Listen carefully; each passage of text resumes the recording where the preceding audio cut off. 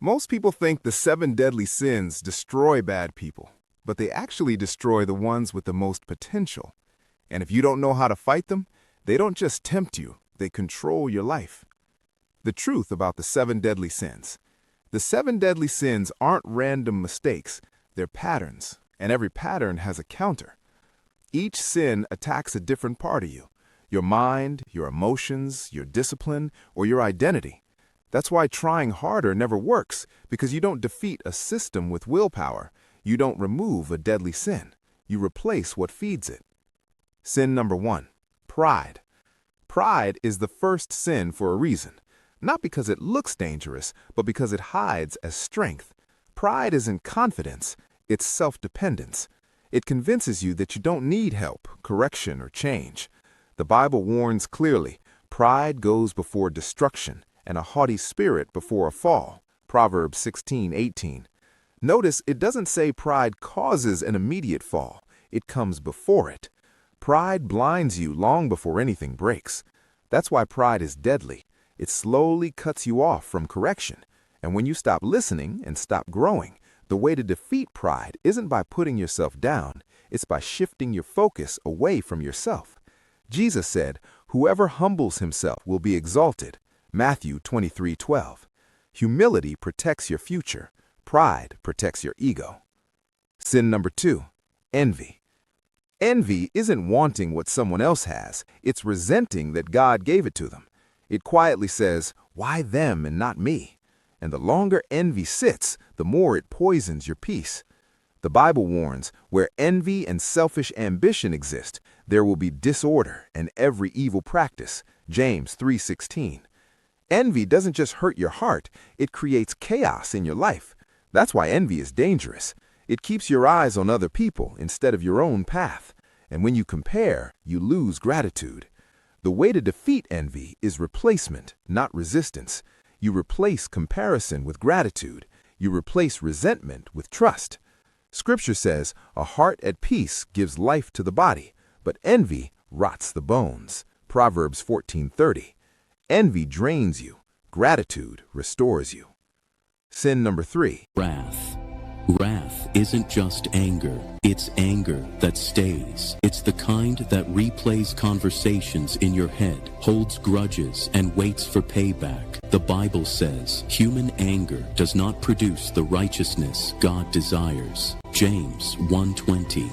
Because wrath doesn't fix problems, it multiplies them. That's why wrath is deadly. It makes you feel powerful while slowly destroying your peace. You think you're in control, but anger is controlling you. The way to defeat wrath isn't pretending you're calm. It's releasing control. Scripture says, "Be quick to listen, slow to speak, and slow to become angry." James 1:19. Slowness is the weapon. Pause breaks the cycle. Wrath reacts. Wisdom responds. Sin number 4, sloth. Sloth isn't laziness. It's avoidance. It's knowing what you should do and delaying it. Not because you can't, but because you don't feel like it. The Bible says, "The lazy person craves and gets nothing, but the diligent are fully satisfied." Proverbs 13:4. Sloth doesn't destroy you loudly. It slowly starves your potential. That's why sloth is dangerous. It convinces you that tomorrow is guaranteed, and purpose always dies in delay. The way to defeat sloth isn't motivation, it's movement. Scripture says, "Whatever you do, work at it with all your heart." Colossians 3:23. Action creates momentum. Momentum breaks stagnation. Sloth waits. Discipline moves. Sin number 5, greed. Greed isn't having ambition. It's never being satisfied. It's the voice that says, "Just a little more, then I'll be content." But more never has an end. The Bible says, "Those who want to get rich fall into temptation and a trap." 1 Timothy 6:9. Greed promises security, but it creates anxiety. That's why greed is deadly. It shifts your trust from God to possessions. And whatever you trust is what controls you. The way to defeat greed is generosity, not later, now. Scripture says, Life does not consist in an abundance of possessions. Luke 12:15. What you cling to weighs you down. What you release frees you. Greed tightens your grip. Generosity loosens chains. Sin number 6, gluttony. Gluttony isn't just about food. It's about overindulgence. It's when you use anything, food, comfort, entertainment, distractions, to fill something that discipline was meant to shape. The Bible warns, do not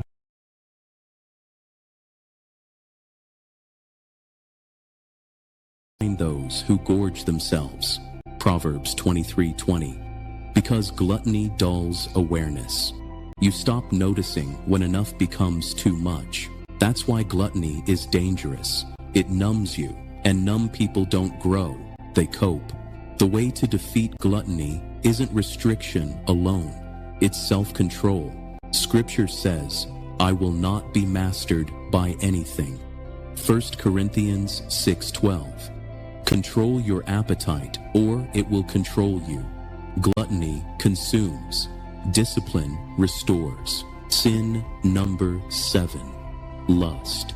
Lust isn't attraction. It's desire without restraint. It takes something good and pushes it past its purpose. It turns people into objects and moments into addictions. The Bible says, each person is tempted when they are dragged away by their own desire.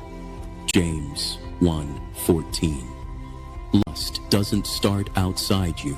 It grows when desire goes unmanaged. That's why lust is deadly. It promises pleasure but delivers emptiness. The more you feed it, the more it demands. The way to defeat lust isn't shame, it's redirection. Scripture says, flee from youthful passions and pursue righteousness. 2 Timothy 2:22. You don't stand and fight lust. You move your desire towards something higher. Lust pulls you down. Purpose pulls you forward. The 7 deadly sins don't disappear on their own. They only lose power when you stop feeding them. Change doesn't start tomorrow. It starts with a decision right now. If you're ready to take control back, type freedom in the comments. And if this helped you see the battle clearly, subscribe, because this is just the beginning.